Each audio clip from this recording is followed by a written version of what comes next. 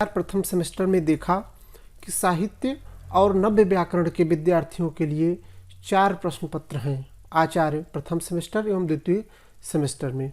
प्रथम सेमेस्टर में ध्वन्यालोक का प्रथम उद्योत पढ़ना था प्रथम प्रश्न पत्र में, और द्वितीय सेमेस्टर में हमको पढ़ना है ध्वन्यालोक का द्वितीय उद्योत, और द्वितीय प्रश्न पत्र में हमको पढ़ना है ध्वन्यालोक का चतुर्थ उद्योत।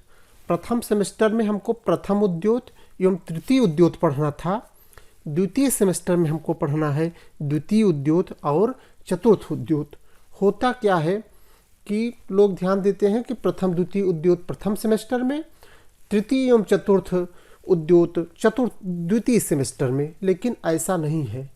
प्रथम में प्रथम उद्योत और तृतीय उद्योत, और द्वितीय सेमेस्टर में हमारा ध्वन्यालोक का दूसरा पाठ और चौथा पाठ, मतलब द्वितीय उद्योत और चौथा उद्योत। और प्रथम सेमेस्टर की ही बात ये 70 अंक का होगा और 30 का प्रैक्टिकल, 70 का लिखित, 30 का प्रैक्टिकल। इसी तरह से तृतीय प्रश्न पत्र में रसगंगाधर प्रथम आनंद पढ़ना पड़ेगा। रसगंगाधर प्रथम आनंद प्रथम सेमेस्टर में भी था, द्वितीय सेमेस्टर में भी है, उसमें प्रारंभ से था। इसमें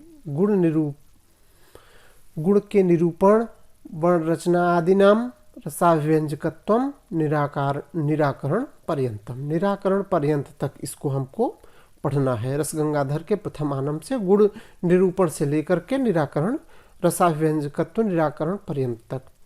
और इसी तरह से चतुर्थ प्रश्न पत्र में नल चंपू का चतुर्थोच्छ्वास से लेकर के सप्तमोच्छ्वास तक, मतलब चतुर्थ से लेकर अंतिम सप्तमोच्छ्वास तक। प्रथम सेमेस्टर में हम प्रथम द्वितीय तृतीय उच्छ्वास पढ़े थे, और द्वितीय सेमेस्टर में हम चतुर्थ, पंचम, षष्ठ और सप्तम उच्छ्वास पढ़ेंगे। यह भी 70 लिखित और 30 का होगा। मतलब वही 3 पुस्तकें हमको साहित्य में पढ़नी है जो प्रथम सेमेस्टर में हमने पढ़ा था, उसी के आगे पढ़ना था। पुस्तक 3 ही है। पहला है ध्वन्यालोक, दूसरा है हमारा रसगंगाधर, और तीसरी पुस्तक है नल चंपू। तो हमको इसी 3 का अध्ययन द्वितीय सेमेस्टर में भी करना है। ये हमारा साहित्य का विषय है। साहित्य से जिन्होंने आचार्य में साहित्य लिया है, ऐसे विद्यार्थियों के लिए हमारी यह 3 साहित्य की पुस्तकें हैं। अब हम आ जाते हैं नव्य व्याकरण की तरफ। ये हमारा नव्य व्याकरण है।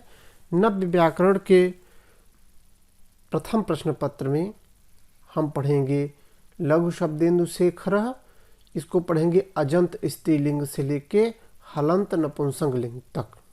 लिखा है ना, लघु शब्देन्दु शेखर अजंत स्त्रीलिंगतः हल नपुंसकम यावत, मतलब अजंत स्त्रीलिंग से लेकर के हलंत नपुंसक तक हमको इसको पढ़ना है। द्वितीय प्रश्न पत्र में लघु शब्देन्दु शेखर को ही पढ़ना है, जिसमें गतिबुद्धि इत्यादि सूत्र था, अव्ययी भाव, गतिबुद्धि इत्यादि सूत्र से लेकर के अव्ययी भाव तक। पुस्तक हमको प्रथम सेमेस्टर में भी यही था, इसमें भी उसी के आगे है।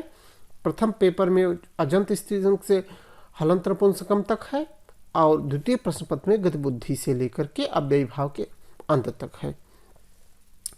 तृतीय प्रश्न पत्र में वही पुस्तक जो प्रथम में थी, वैयाकरण भूषण सार का, उसमें आगे है नामार्थतः समाप्ति पर्यंतम, नामार्थतः से समाप्ति पर्यंत तक। और चतुर्थ प्रश्न पत्र में हमको वैयाकरण सिद्धांत लघुमंजूषा पढ़ना है, जो पढ़ना है बौद्धार्थ शक्यत्वमारभ्य तात्पर्य निरूपण तक, बौद्धार्थ शक्यत्वमारभ्य तात्पर्य निरूपण तक चतुर्थ प्रश्न पत्र। इसमें भी जो प्रथम सेमेस्टर में हमने पढ़ रखा था लघु शब्देन्दु शेखर, वैयाकरण भूषण सार और वैयाकरण सिद्धांत लघुमंजूषा, उन्हीं पुस्तकों को आगे से पढ़ना है और यह भी 70 का लिखित और 30 का प्रैक्टिकल होगा। लिखित 70 का और 30 का प्रैक्टिकल।